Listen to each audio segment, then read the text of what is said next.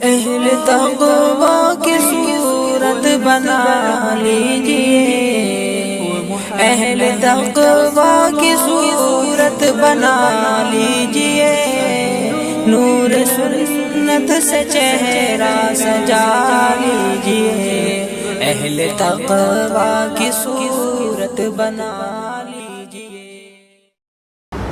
محترم حضرات، معزز سامعین کرام، بیان چل رہا تھا اسلام اور قرآن کے اوپر اور اسلامی احکامات کے اوپر ہونے والے اعتراضات کے متعلق۔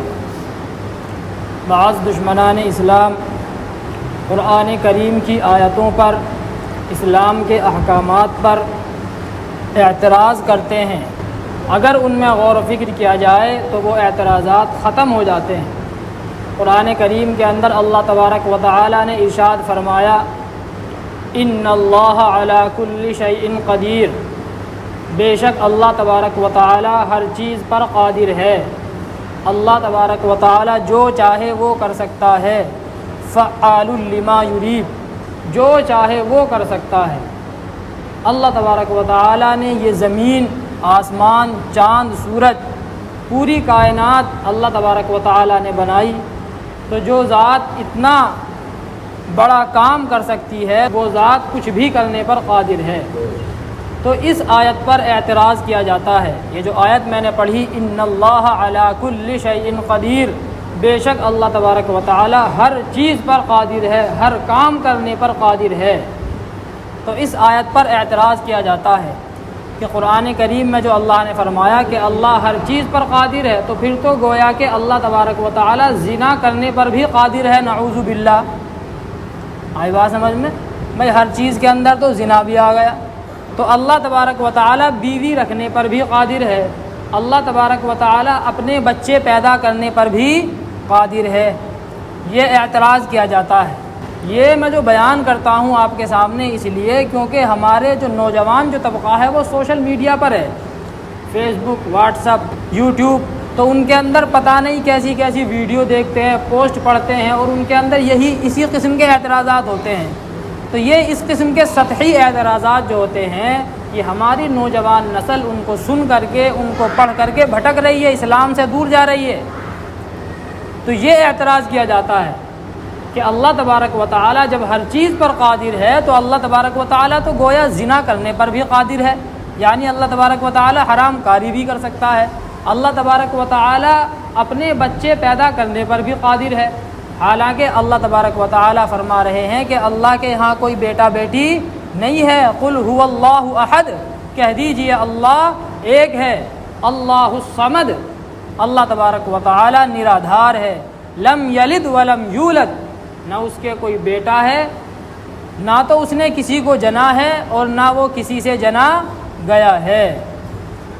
آئی بات سمجھ میں؟ تو اللہ تبارک و تعالیٰ کے کوئی نہیں ہے، لیکن اس آیت سے پتہ چلتا ہے کہ اللہ تبارک و تعالیٰ اپنے بچے پیدا کرنے پر بھی قادر ہے۔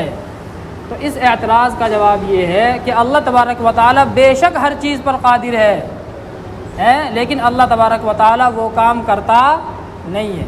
اس کی مثال یوں سمجھیے کہ گھر کے اندر آدمی کی بیوی بھی ہوتی ہے، بیٹی بھی ہے، سب کوئی ہے، تو آدمی اپنی بیٹی سے بھی زنا کرنے پر قادر ہے نہیں ہے؟ اگر کرے تو اپنی بیٹی سے اگر وہ کام کرے جو اپنی بیوی سے کرتا ہے تو کر سکتا ہے، نہیں کر سکتا؟ لیکن کرتا نہیں ہے، کرتا نہیں ہے۔ کیوں؟ اس وجہ سے کہ یہ ایسا حقیر عمل ہے کہ کوئی آدمی اس کام کو کرنا چاہتا نہیں ہے۔ تو جب ایک عام انسان یہ کام نہیں کر سکتا تو اللہ تبارک و تعالی جس نے پوری کائنات کو پیدا کیا ہے وہ یہ کام کیسے کر سکتا ہے؟ کر سکتا ہے؟ نہیں کر سکتا۔ جب ایک انسان اپنی بیٹی کے ساتھ میں، اپنے محرموں کے ساتھ میں یہ کام کرنا نہیں چاہتا، اس کو پسند نہیں ہے، اس کو جو ہے یہ کام کرتے ہوئے شرم آتی ہے، تو اللہ تبارک و تعالی کیسے کر سکتا ہے؟ اللہ تبارک و تعالی یہ کام نہیں کرے گا۔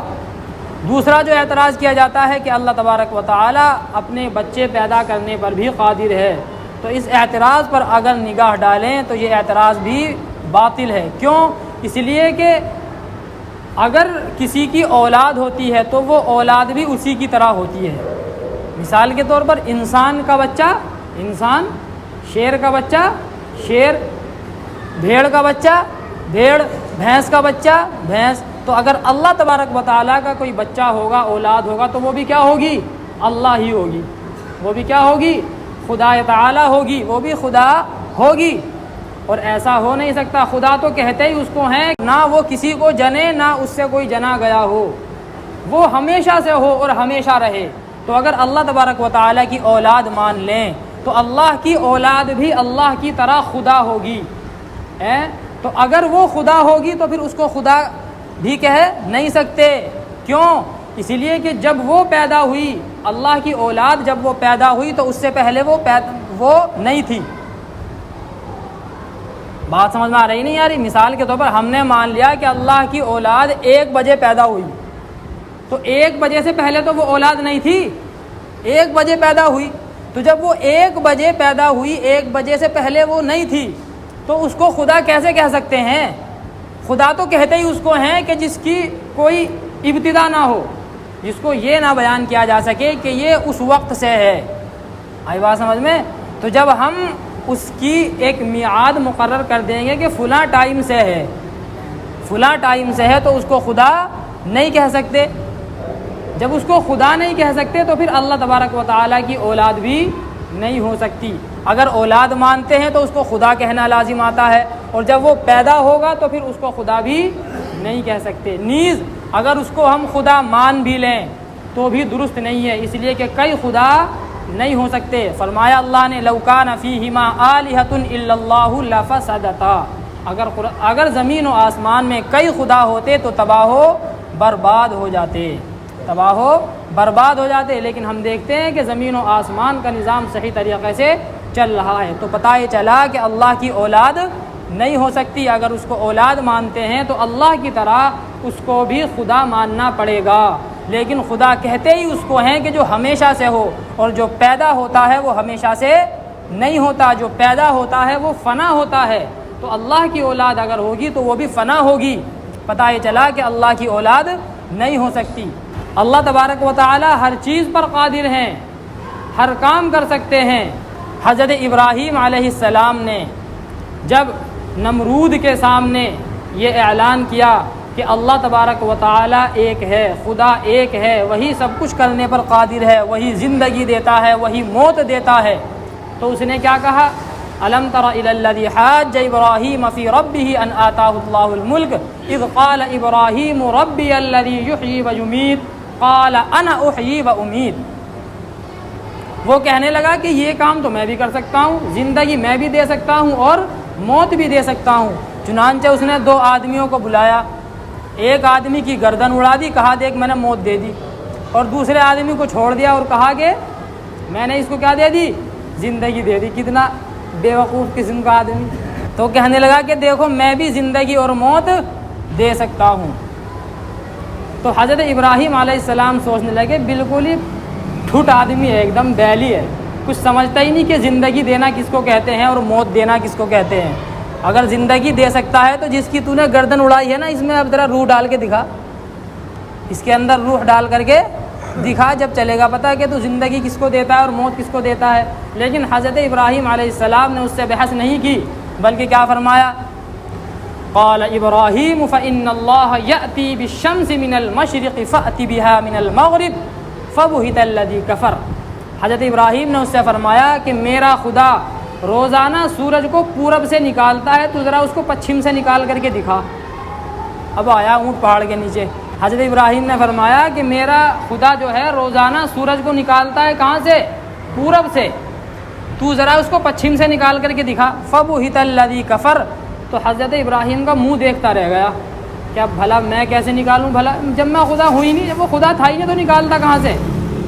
تو حضرت ابراہیم علیہ السلام نے اس کے سامنے ثابت یہ کیا کہ اللہ تبارک و تعالی ہر چیز پر قادر ہے۔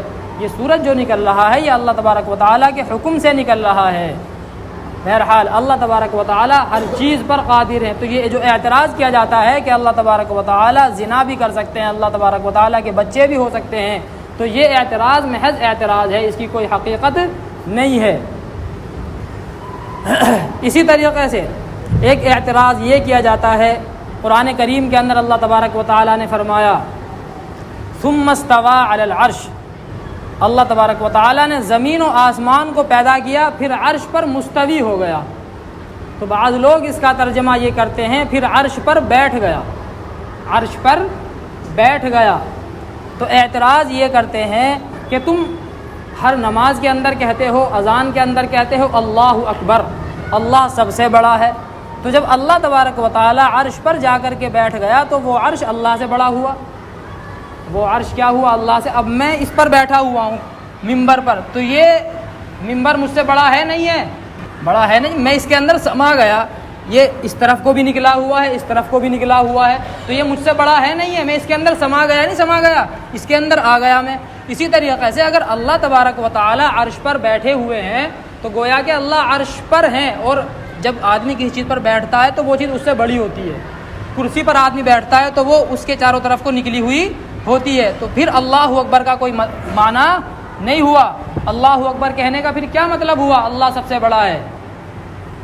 اشکال سمجھ میں آ گیا کہ جب اللہ قرآن کریم میں فرماتے ہیں ثم استوى علی العرش، اللہ نے زمین و آسمان کو 6 دن میں پیدا کیا پھر عرش پر مستوی ہو گیا، تو بعض لوگ جو کم عقل ہیں وہ اس کا ترجمہ کرتے ہیں پھر اللہ عرش پر بیٹھ گیا۔ عرش اللہ تبارک و تعالیٰ کا تخت، اللہ اس پر بیٹھ گیا۔ تو اعتراض یہ ہے کہ جب اللہ عرش پر بیٹھ گیا تو عرش اللہ سے بڑا ہوا، نہ کہ اللہ عرش سے بڑا ہوا۔ تو ہم کہتے ہیں کہ یہ اعتراض محض اعتراض ہے، آپ نے جو ترجمہ کیا ہے آیت کا وہ ترجمہ یہ نہیں ہے۔ اللہ تبارک و تعالی عرش پر مستوی ہو گیا، اب مستوی ہونے کی اس کی کیا کیفیت ہے ہم اس کو نہیں جانتے۔ یہاں پر اللہ تبارک و تعالی نے اپنی طاقت کو اور اپنے غلبے کو بیان فرمایا ہے کہ اللہ تبارک و تعالی کی جو طاقت ہے وہ عرش پر بھی حاوی ہے۔ عرش کتنا بڑا ہے؟ عرش نے زمین و آسمان سب کو گھیر رکھا ہے۔ وسع کرسیہ السماوات والارض، اللہ تبارک و تعالی کی کرسی نے آسمانوں اور زمین سب کو گھیر رکھا ہے۔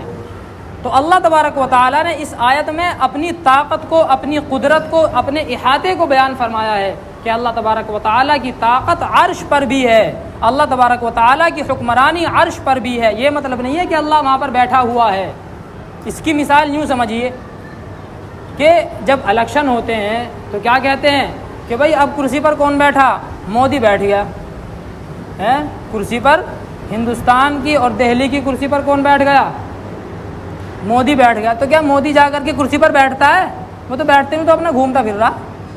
کرسی پر بیٹھنے سے مراد یہ ہوتا ہے کہ اب ہندوستان پر اس کی حکمرانی ہے، اس کی طاقت ہے، اس کا حکم چلتا ہے، اس کا سکہ چلتا ہے، یہ مطلب ہوتا ہے۔ اسی طریقے سے اللہ تبارک و تعالی نے جو فرمایا کہ اللہ عرش پر مستوی ہو گیا، یعنی دنیا پر، اس کائنات پر اللہ تبارک و تعالی کی حکمرانی ہے۔ یہ مطلب نہیں ہے کہ اللہ وہاں پر بیٹھا ہوا ہے، اللہ تو ہر جگہ ہے۔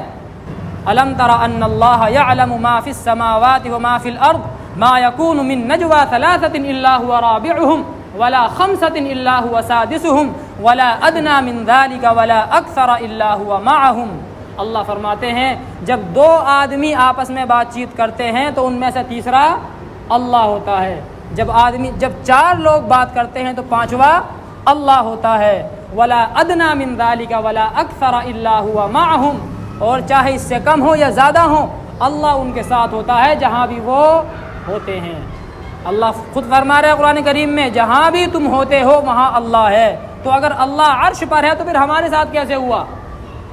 پھر ہمارے ساتھ کیسے ہوا؟ تو پتہ چلا کہ اللہ صرف عرش پر نہیں ہے، صرف اللہ عرش پر نہیں ہے، اللہ تو ہر جگہ ہے، ہمارے ساتھ بھی ہے۔ جہاں تک اللہ کی کائنات ہے وہاں خدا تعالیٰ کی ذات ہے۔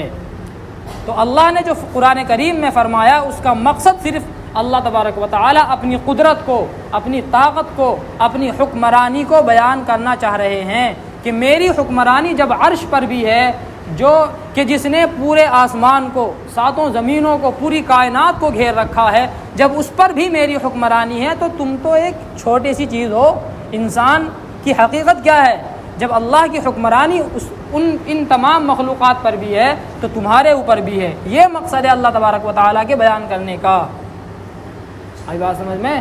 ایک جگہ فرمایا فَأَيْنَمَا تُوَلُّوا فَثَمَّ وَجْهُ اللَّهِ، تم جس طرف بھی رخ کر لو اسی طرف اللہ ہے۔ تم جس طرف بھی رخ کر لو اسی طرف اللہ، میرا منہ ادھر ہے تو اللہ ادھر ہے، آپ کا منہ کیا نام ہے اس طرف ہے تو اللہ کا رخ اللہ ادھر ہے، ہمارا منہ اگر اوپر ہو جائے تو اللہ ادھر ہے۔ مقصد یہ صرف یہ ہے کہ اللہ ہر جگہ ہے، اللہ ہم کو دیکھ رہا ہے، یہ مقصد ہے اس آیت کا۔ تو جو اعتراض کرتے ہیں کہ اللہ تبارک و تعالی عرش پر مستوی ہیں تو گویا اللہ سب سے بڑا نہیں ہے، تو یہ اعتراض صرف اعتراض ہے، اس کی کوئی حقیقت نہیں ہے۔ اور اس طریقے کے بہت سارے اعتراضات سوشل میڈیا پر کیے جاتے ہیں۔ اگر ہمارے سامنے کوئی اس طریقے کے اعتراضات آئیں کہ جن سے ہمارے ایمان پر زد پڑے، جب اس طریقے کے اعتراض آدمی کے سامنے آئے گا تو اس کے دل میں شک اور شبہ پیدا ہوگا نہیں ہوگا ایمان کے متعلق اور قرآن کے متعلق، کہ قرآن کریم میں اللہ تبارک و تعالیٰ یہ فرما رہا ہے اور ہم دیکھتے ہیں اس کے خلاف، تو پھر اس کا ایمان قرآن کے اوپر سے ہٹے گا، قرآن کے متعلق اس کے دل میں شک و شبہ پیدا ہوگا کہ ہو سکتا ہے کہ یہ اللہ کی کتاب نہ ہو، یہ کوئی جھوٹی کتاب ہو، یا اللہ تبارک و تعالیٰ نے جھوٹ بولا ہو، حالانکہ ایسا نہیں ہے۔ اگر ہمارے سامنے اس طریقے کی کوئی بات آئے، کوئی اعتراض آئے، ہم کوئی اس طریقے کی ویڈیو دیکھیں، کوئی پوسٹ دیکھیں فیس بک وغیرہ پر، یوٹیوب پر، تو ہمیں اپنے علماء کرام سے رابطہ کرنا چاہیے، ان کے سامنے اپنے اعتراض کو دور کرنا چاہیے، اس لیے کہ ایمان سے بڑی کوئی دولت نہیں ہے۔ اگر ایمان ہی چلا گیا تو پھر بتلائیے ہمارے ہاتھ رہے گا کیا؟ یہ دنیا تو چند دن کی زندگی ہے، اس دنیا کی یہ دنیا ختم ہو جائے گی، اس لیے ہمیں ان اعتراضات، اگر ہمارے دماغ میں یہ اعتراضات، ان اعتراضات کے جواب نہ بھی آئیں تب بھی ہم کو ان کو دور کر دینا چاہیے کہ یہ ہماری سمجھ میں اگرچہ نہ آئے لیکن اللہ نے جو فرمایا ہے وہی سچ ہے۔ اللہ تبارک و تعالی ہم سب کو دین کی سمجھ عطا فرمائے۔ وآخر دعوانا الحمدللہ رب العالمین۔